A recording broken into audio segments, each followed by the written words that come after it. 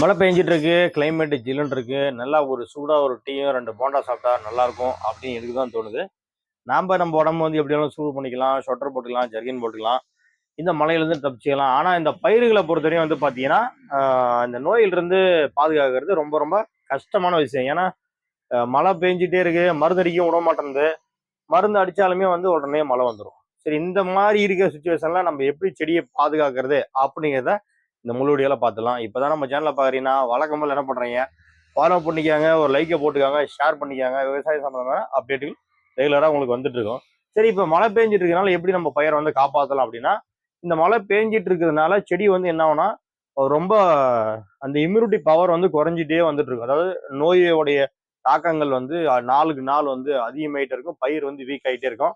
ஒரு காய்கறி பயிரா இருக்கட்டும், இல்லது பூ பயிரா இருக்கட்டும், இல்லது ஆனுவல் கிராப்பா இருக்கும், இதெல்லாம் இப்படியே போயிட்டு இருக்கும். சரி, இதுக்கு ஒரு நோய் மருந்து ஒன்று அடிக்கலாம். எல்லாத்துக்குமே நீங்க எல்லா செடிக்குமே ஒரு நோய் மருந்து கண்டிப்பா அடிச்சு ஆகணும். ஆனா அது வந்து ஒரு விலை குறைவா இருக்கணும். பிளஸ் வந்து பாத்தீங்கன்னா அது வந்து வேலை செய்யணும். ஆனா நமக்கு வந்து ஒரு 2 மணி நேரம் இல்ல 3 மணி நேரம் மட்டும்தான் இந்த மழை வராது. ஆனா செடி மேல ஈரம் இருக்கும். இப்படி இருக்க சூழ்நிலையில நம்ம எப்படி ஒரு மருந்து அடிக்கலாம் அப்படின்னு கேட்டீங்கன்னா, நீங்க 1 லிட்டர் தண்ணிக்கு சிஓசி வந்து பார்த்தீங்கன்னா 2 கிராம் போட்டுக்கோங்க. மெட்டலாக்ஸ்லேருந்து 1 கிராம் போட்டுக்கோங்க. மேகசப் வந்து பார்த்தீங்கன்னா 2 கிராம் போட்டுக்கோங்க. இது கூட 100% சிலிக்கான் ஏஜென்ட் வந்து யூஸ் பண்ணி ஆகணும். இந்த சிலிக்கான் ஸ்ப்ரெட்டர் நீங்கள் யூஸ் பண்ணும்போது என்ன ஆகும்னா, ஒரு 2 மணி நேரம் நமக்கு மழை வரல அப்படின்னா கூட என்ன ஆகும்னா, அது ஒரு செடி முழுக்க ஒரு அந்த நோய் மருந்து வந்து பரப்பி கொடுத்துரும்.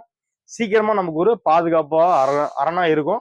அட்லீஸ்ட் நமக்கு ஒரு 100% வேலை செய்யலாம் கூட மழை வந்தா ஒரு ஒரு 30% வேலை செஞ்சா கூட எப்படி இருக்குன்னு கேட்டீங்கன்னா, அந்த நோயை வந்து வரதை வந்து கொஞ்சம் தள்ளி போடும். அதுக்கப்புறம் ஒரு 10 நாள், ஒரு வாரத்துல இந்த இது வந்து ஏதாவது மழை வந்து தள்ளி போயிடுச்சு அப்படின்னா, மீண்டும் வந்து நம்ம தோட்டத்தை நம்ம ரெடி பண்ணிக்கலாம்.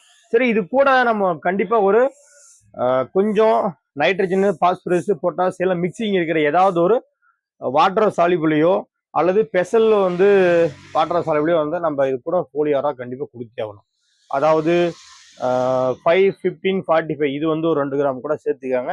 இன்னும் என்ன ஆகும்னா செடியோட இம்யூனிட்டி பவர் வந்து ரொம்ப பூஸ்ட் பண்ணி கொடுக்கும். சரி, இந்த வாழைக்கு வந்து பாத்தீங்கன்னா எந்த மாதிரி கொடுக்கலாம் அப்படின்னா, வாழைக்கு வந்து சிஓசி 1 லிட்டர் தண்ணிக்கு 2 கிராம் கூட ட்ரைசைக்ளோசோல் சல்பர் அது என்ன பண்ணீங்கன்னா ட்ரன்ச்சிங் பண்ணுங்க. ஈரம் இருந்தாலும் பரவாயில்ல, அதோட அந்த செடியை சுத்தி, அதாவது அந்த வாழைக்கண்ணை சுத்தி நம்ம என்ன பண்ணோம் அப்படின்னா, ஒரு 50 ml 50 ml அந்த மாதிரி செடியை சுத்தி ட்ரென்ச்சிங் பண்ணீங்க அப்படின்னா இன்னும் வந்து என்ன ஆகும்னா அந்த சருவு நோயெல்லாம் வராம கொஞ்சம் பாதுகாக்கும்.